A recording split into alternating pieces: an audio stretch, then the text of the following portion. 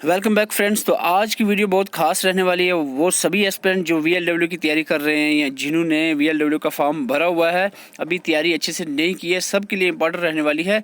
Proper strategy बताई जाएगी। Last time मैं बहुत बार बता चुका हूँ, लेकिन अब लास्ट टाइम आपको बताऊंगा कि क्या फाइनल आपका डिसीजन रहना चाहिए। और बहुत सारे एस्पिरेंट ऐसे भी हैं जो FAA और JKPSI की तैयारी भी साथ साथ में कर रहे हैं। आपको भी अपनी तैयारी कंटिन्यू रखनी चाहिए, लेकिन आज की वीडियो स्पेशल रहेगी VLW एस्पिरेंट के लिए।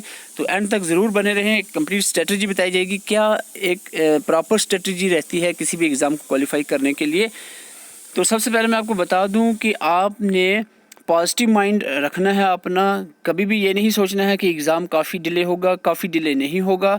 पॉजिटिव रहना है। 27 को इसी मंथ की 27 को ऑलमोस्ट जो है ये तय है कि जो एजेंसी है एग्ज़ाम कंडक्ट करने वाली वो डिसाइड कर लेगी JKSSB, क्योंकि लास्ट डेट है उसकी टेंडरिंग की।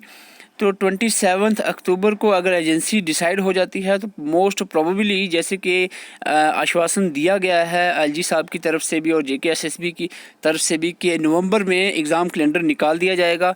और एग्ज़ाम कैलेंडर में एग्ज़ाम सभी होंगे। ये बिल्कुल नहीं है कि एग्ज़ाम कैलेंडर में सिर्फ FAA और जो पीछे यानी री एग्ज़ाम होने वही होंगे, सभी एग्ज़ाम होंगे। VLW का भी कैलेंडर में नाम होगा। हो सकता है कि ये 2-4 एग्ज़ाम के बाद हो, यानी इससे पहले FAA JKPSI, अगर FAA का कैट का केस है तो वो हो सकता है डिले हो। लेकिन उसके अलावा जो सब इंस्पेक्टर SI अपना फाइनेंस सब इंस्पेक्टर है, फाइनेंस इंस्पेक्टर है और स्टॉक असिस्टेंट, वेटरनरी फार्मासिस्ट है, इन एग्ज़ाम के बाद VLW का हो सकता है। तो ये लाइन में एग्ज़ाम हो सकते हैं। तो मोस्ट प्रोबेबली दिसंबर की एंडिंग में जो है ये एग्ज़ाम माना जा सकता है। ठीक है, तो दिसंबर के हिसाब से हमने स्ट्रेटजी बनानी है। और क्या स्ट्रेटजी रहनी चाहिए आपको मैं अभी बताता हूँ। जो नए एस्पिरेंट हैं जो पहली बार एग्ज़ाम दे रहे हैं उनके लिए तो बहुत ज़रूरी रहेगा ये वीडियो देखना। तो आइए आपको बताते हैं। ये एक चीज़ मैंने पहले भी आपको बताई थी कि हम सबसे पहले हमें क्या करना चाहिए। इन सभी पॉइंट्स पे मैं आऊँगा एक एक करके, आपको सिर्फ एंड तक बने रहना है। और हम बात करें, सबसे पहले आपको पता होना चाहिए कि सिलेबस क्या है किसी भी पोस्ट का। कोई भी एस्पिरेंट ऐसा अभी नहीं होगा, अगर है जिसको अभी तक सिलेबस इसके पास नहीं है PDF सिलेबस की, तो बड़ी दुख की बात है। अगर सबके पास है बहुत अच्छा है, खाली PDF होना काफ़ी नहीं है। सिलेबस को अच्छे से पढ़ना है। 5 सब्जेक्ट है, मैं अभी बताऊंगा, थोड़ी देर रुक जाएं। 5 सब्जेक्ट हैं जिसको आपने अच्छे से समझना है कि क्या चीज़ें सिलेबस में एग्जैक्टली मेंशन है। Stick to the syllabus only. तो ये पॉइंट बड़ा इंपॉर्टेंट है। बहुत सारे एस्पिरेंट समझदार एस्पिरेंट यानी जिन्होंने 4-5 एग्ज़ाम दिए हैं वो भी मुझे क्वेश्चंस करते, मैसेज करते हैं कि ये है कि नहीं, ये पढ़ना है कि नहीं, इसमें ये पढ़ें कि नहीं पढ़ें। उसका मतलब है आपको सिलेबस समझ नहीं आता है कि सिलेबस में क्या चीज़ मेंशन है और किस पॉइंट की क्या वेटेज रहने वाली है, किस पॉइंट से कितने क्वेश्चन आने वाले हैं, किस सिलेबस के पार्ट को हमें कितना टाइम या कितनी उसको डीप जाना चाहिए। ये चीज़ें समझना ज़रूरी है। ये आपको अभी मैं बताने वाला हूँ। इसके अलावा हम बात करें मेक स्मॉल टारगेट्स, तो ये पॉइंट सबसे इम्पॉर्टेंट है। अगर बार बार मैं बताता हूँ आपको कि बार बार एक चीज़ रिपीट करते हो, क्योंकि बार बार चीज़ जो रिपीट की जाए ना वो दिल पे बैठती है, असर करती है। एक बार कहने से एक साइड से सुनोगे दूसरे से निकल जाएगी। अगर आप कोई बात मैं बार बार रिपीट कर रहा हूँ उसकी इंपॉर्टेंस को समझे। स्मॉल टारगेट्स बनाना बहुत ज़रूरी है। अगर आप बिग टारगेट बनाते हो या टारगेट बनाते ही नहीं हो, रफली पढ़ते हो, तो आपका टाइम बहुत जल्दी निकल जाएगा और आपको पता भी नहीं चलेगा कि कहाँ जा रहा है ये टाइम आपका। तो इसलिए स्मॉल टारगेट्स आपने बनाने हैं। इसका मतलब क्या है स्मॉल टारगेट का, मैं आपको अभी एग्जांपल को ये भी बताऊंगा। सारे पॉइंट्स पे आएंगे। इनकरेज योर सेल्फ, अपने आप को इनकरेज करना है, मोटिवेट करना है, खुद को आपने मोटिवेट करना है कि इंपॉर्टेंस क्या है जॉब की। ये सबको पता है इंपॉर्टेंस, लेकिन अपने आप को बार बार याद कराना है, याद दिलाना है कि भाई क्या इंपॉर्टेंस है जॉब की, क्यों जॉब ज़रूरी है, क्या मुझे पढ़ना चाहिए कि नहीं चाहिए, क्या इन 1400 पोस्टों के बाद फिर से 1400 पोस्टें आने वाली हैं कि नहीं। ये चीज़ें आपको अपने आप को बतानी है और अपने आप को इस तरह से तैयार रखना है कि बस ये मेरा लास्ट चांस है, ये नहीं हुआ तो बस मेरा तो कुछ नहीं होने वाला। अपने पूरी कोशिश जो है इस एग्ज़ाम पे आपने लगानी है। इस तरह से अपना माइंड सेट बनना चाहिए। Complete syllabus before 1 month of the exam. ठीक है, अगर दिसंबर एंडिंग में होता है एग्ज़ाम, सपोज 1 महीना आपके पास या 1.5 महीना बचता है, तो 1-1.5 महीने के अंदर अंदर आपको सिलेबस कंप्लीट होना चाहिए। Complete means complete with lot of practice. Number of questions आपने अटैम्प्ट किए होने चाहिए MCQs। उसके बाद बात करें प्रैक्टिस MCQs टॉपिक वाइज, तो टॉपिक वाइज है, ये टॉपिक है TOPIC, टॉपिक वाइज MCQs करने हैं। रफली नहीं MCQs on computer, MCQs on general awareness, MCQs on reasoning, no. MCQs on particular topic, जैसे MCQs कंप्यूटर पढ़े तो MCQs on internet, computer internet, MCQs on software. इस तरह से हर एक टॉपिक पे आपने 100, 200, 300, 400 MCQs हर एक टॉपिक से करने। कहाँ से करने हैं आपको? गूगल पे सर्च करो, मिल जाएंगे। उसके अलावा आप यूट्यूब पे सर्च करो, वीडियोज़ आएंगी MCQs की बहुत सारी, वो आप देख सकते हो। अगर वीडियोस में टाइम लग रहा है तो 2x की स्पीड ऊपर से हो जाती है, आप देखो डबल हाफ टाइम में आप वो देख लोगे वीडियोस। तो इस तरह से MCQs बहुत ज़्यादा। और बुक आप अरिहंत की लो, किसी की कंप्यूटर की बुक लो, उसमें MCQ जितने हैं सारे प्रैक्टिस करो। प्रैक्टिस का मतलब है एक बार अच्छे से पढ़ना है, ये नहीं कि ऐसे पढ़ते जाओ पता ही नहीं चले। जो आपको नहीं याद रहा है उसको 2 बार देखें, ठीक है। तो ये सारी चीज़ें करें। आइए हम सबसे पहले सिलेबस पे आ जाते हैं। और एक और आपको बता दूं, मैं MCQs के लिए मैंने कम से कम 600-700 या से भी ज़्यादा MCQs ऐप पे अपलोड कर दिए हैं। तो ऐप पे आप विज़िट करें, उसका लिंक डिस्क्रिप्शन में। अगर डिस्क्रिप्शन में लिंक क्लिक नहीं हो पा रहा है, बहुत सारे एस्पिरेंट कह रहे हैं, तो आप सीधा प्ले स्टोर में जाकर JKSSB स्टडी फास्ट करके सर्च करें और वहाँ पे आपको हमारी ऐप मिल जाएगी। उस पर आप जाएँ। आपको क्वेश्चन पेपर्स पिछले 5-6 सालों के मैंने अपलोड किए हुए हैं और वीडियोस लेक्चर्स एक ही साथ में अपलोड किए हैं जो फ्री ऑफ कास्ट रहेंगे। मॉक टेस्ट का छोटा सा चार्ज रखा हुआ है। मॉक टेस्ट, उसमें नंबर ऑफ़ मॉक टेस्ट हैं और भी अपलोड होंगे उसी, यानी जो आप पैक लेंगे उसी में आप सिर्फ छोटा सा एक अमाउंट देना है, उसमें आपको और भी बहुत सारे मॉक टेस्ट एग्ज़ाम तक अपलोड होते रहेंगे और एडिशनल कोई भी चार्ज नहीं किया जाएगा। 1000 तक 1000 से भी ज़्यादा MCQs आपको एटलीस्ट प्रोवाइड किए जाएंगे। बहुत सारे किए हैं और भी अपलोड करेंगे। तो आइए बात करते हैं एक एक करके। आपको मैं यहाँ से थोड़ा सा ऐप के बारे में बता ही देता हूँ कि ये VLW के जो हमने रखा हुआ है अभी तक जो अपलोड हुए हैं, इसके अलावा भी इसी पैक में आपको अपलोड होंगे। 2 फुल है फुल लेंथ मॉक टेस्ट है। इसके बाद जनरल अवेयरनेस के 3, कंप्यूटर के 3, इंग्लिश 3, हिस्ट्री 3, जियोग्राफी पे 3 है, general GK special reference to पे 1 है, एनवायरनमेंट पे 1 और बहुत सारे और मॉक टेस्ट भी आपको इसमें ऐड किए जाएंगे टाइमली। ये 5 सब्जेक्ट हैं। सबको मालूम है कि यहाँ पर सीधे सीधे आपको 5 सब्जेक्ट हैं सिलेबस के अंदर, जिसमें general awareness with special reference to JNK का 20 मार्क्स है। जनरल इंग्लिश 20 मार्क्स की है, जिसको भी काफ़ी टाइम आपको देना चाहिए। ये नहीं है कि इसको आप ऐसे लाइटली लें, क्योंकि 20 मार्क्स की बात है। रीजनिंग की बात करें 20 मार्क्स की है और आपका मैथमेटिक का पोर्शन जो है वो 15 मार्क्स का है 15 नंबर में। और कंप्यूटर सबसे ज़्यादा यहाँ पर देखने को मिल रहा है आपको 25 मार्क्स का। तो आइए थोड़ा सा देख लेते हैं यहाँ पर। सबसे पहले एक एक सब्जेक्ट को करके लेकर आपने डिटेल में जाना है और टारगेट्स बना के, स्मॉल टारगेट्स बना के इसको अच्छे से करना है। अगर आपने पढ़ लिया है तो इसको अच्छे से रिवाइज करना है। सपोज यहाँ पर अगर हम बात करें, सबसे पहले करंट अफेयर का है, इसको बिल्कुल साइड पे रखें, ठीक है। इसको तभी पढ़ना है जब आपके एग्ज़ाम को 10 दिन रहते हैं बाकी, तो तब आपको पिछले 1 साल का करंट अफेयर देख लेना है, ठीक है। उससे पहले कोई ज़रूरत नहीं है।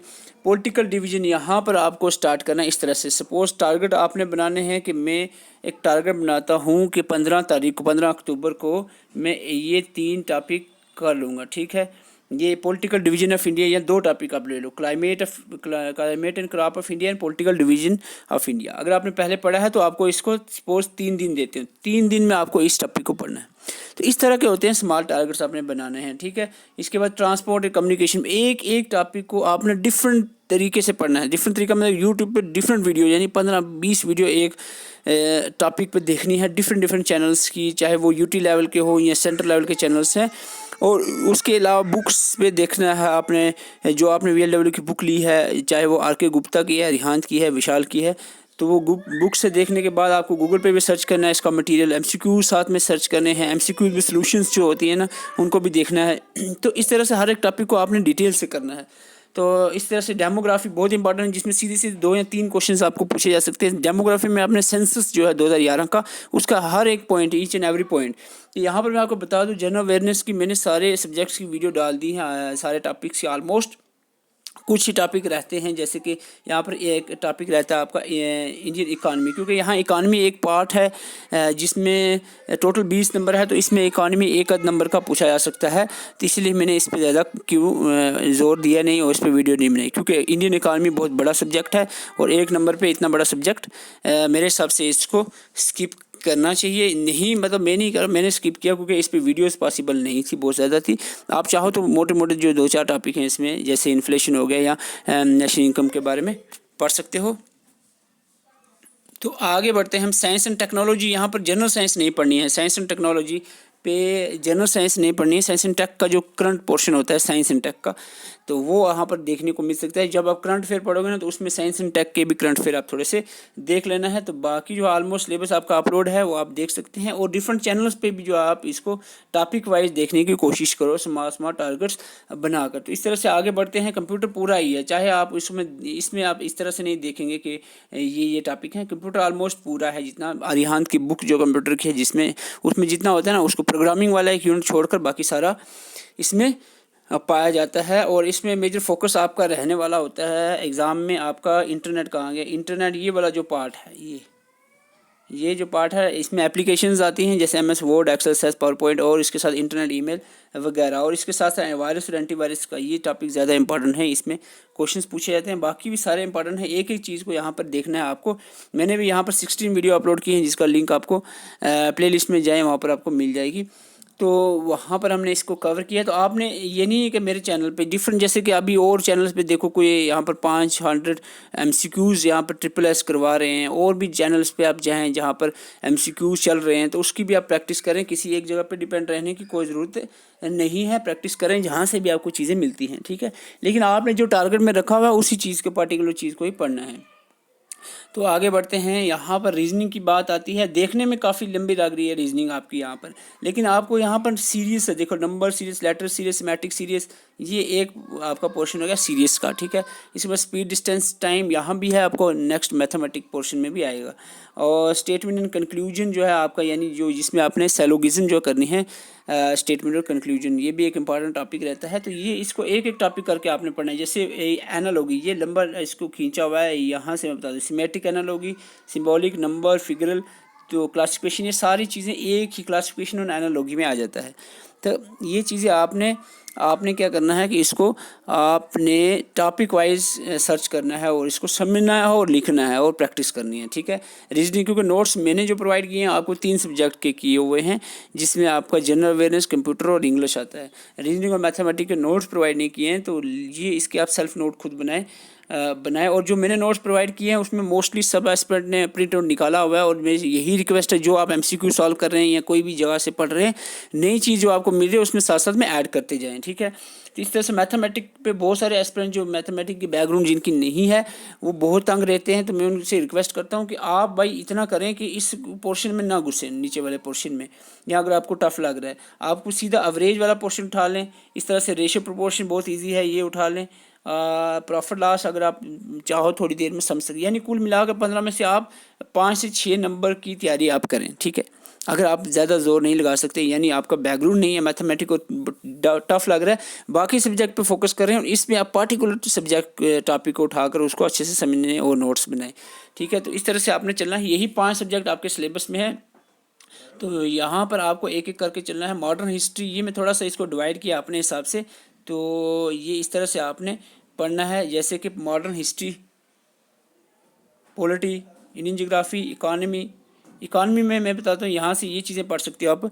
डेमोग्राफी जो अलग से भी मेंशन था, और सेंसस इसमें डेमोग्राफी में आता है। इन्फ्लेशन, सस्टेनेबल डेवलपमेंट के बारे में ये चीज़ इकॉनमी में पढ़ सकते हो आप। इन्वायरमेंट और इकोलॉजी पे भी वीडियोस मैंने अपलोड किए हैं। इसके अलावा भी आप जो जैसे जनरल टॉपिक हैं, कंजर्वेशन ऑफ बायोडाइवर्सिटी पे क्वेश्चन पूछा जाता है, नेशनल पार्क, सेंचुरीज पे क्वेश्चन पूछा जाता है मोस्टली, ठीक है। और इसके अलावा जो इन्वायरमेंटल इम्पैक्ट्स हैं जैसे green house effect, ozone layer वगैरह पे क्वेश्चन देखने को मिल सकते हैं, वेटलैंड्स पे। तो इसके अलावा जम्मू एंड कश्मीर के बारे में आप देखते हैं, history, geography, tourist destination, river lakes, fauna flora वगैरह पे क्वेश्चंस देखने को मिलते हैं। ये टॉपिक को एक एक करके आपको, हिस्ट्री की जहाँ तक बात करें एक वीडियो में मैंने कवर कर दिया, ऑलमोस्ट काफ़ी है जो आपके लिए हिस्ट्री ऑफ जम्मू कश्मीर।